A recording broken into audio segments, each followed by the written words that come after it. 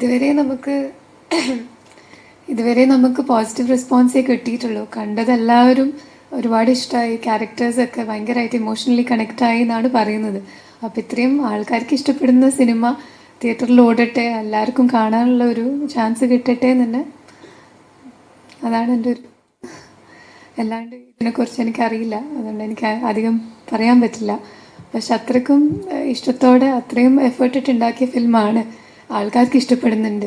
അപ്പോൾ അതൊരു വിജയമാണ്. പക്ഷെ അതിനെ ട്രാൻസ്ലേറ്റ് ചെയ്യാൻ പറ്റട്ടെ.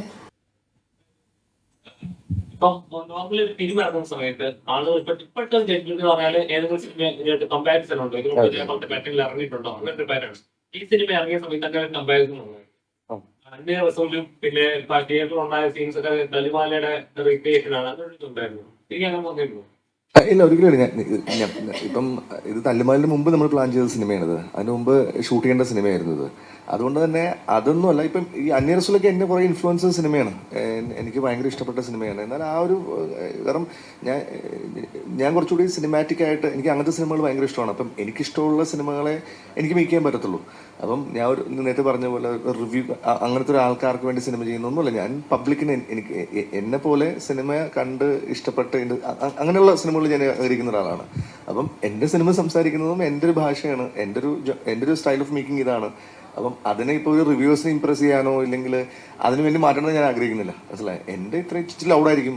ഞാനെന്നും സിനിമ അങ്ങനെ എക്സൈറ്റ് ചെയ്യുന്ന ഒരാളാണ്. എൻ്റെ എക്സൈറ്റ്മെൻറ്റ്സ് ഒക്കെ അങ്ങനത്തെ സിനിമകളോടായിരുന്നു. അപ്പം എൻ്റെ മേക്കിങ്ങിൽ അത് ഉണ്ടാവും. പിന്നെ അന്യ റസൂലൊക്കെ എനിക്ക് വളരെയധികം ഇഷ്ടപ്പെട്ട സിനിമയാണ്. ഒരിക്കലും ഇപ്പം ഇൻഫ്ലുവൻസ് ചെയ്തിട്ടുണ്ടാവും, പല രീതിയിൽ ഇൻഫ്ലുവൻസ് ചെയ്തിട്ടുണ്ടാവും.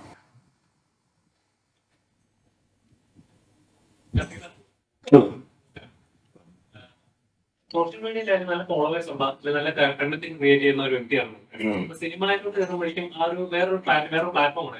സിനിമ എനിക്ക് ഡ്രീമാണ്, പക്ഷെ രണ്ട് പ്ലാറ്റ്ഫോമാണ്. അപ്പോൾ സോഷ്യൽ മീഡിയ ഉള്ളവർ ചിലപ്പോൾ ഫോളോ ചെയ്യുന്നുണ്ട് സിനിമയില്. അതൊരു ഫീലിംഗ് തോന്നിയിട്ടുണ്ടോ? ഇന്നലെ തോന്നി.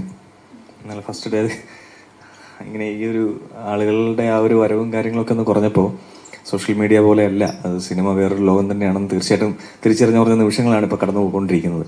കാരണം ഈ നമ്മളിപ്പോൾ ഒരു സിനിമ ചെയ്ത് അതിന് ആളുകളുടെ ജെന്യുവനായിട്ടുള്ള അഭിപ്രായം വളരെ പോസിറ്റീവായിട്ട് വന്നിട്ടും നമുക്കിങ്ങനെ കുറച്ച് പലയിടത്തും ഷോസ് ആളില്ല എന്നുള്ള രീതിയിൽ എൻ്റെ ഫ്രണ്ട്സൊക്കെ, ഞാൻ ഇന്നലെ സാഹിത്യക്കൊക്കെ വോയിസൊക്കെ അയച്ചു, ഇങ്ങനെ ആ ഒരു ഇതില്ല, തള്ളിക്കയറ്റമില്ല എന്നുള്ള രീതിയിൽ.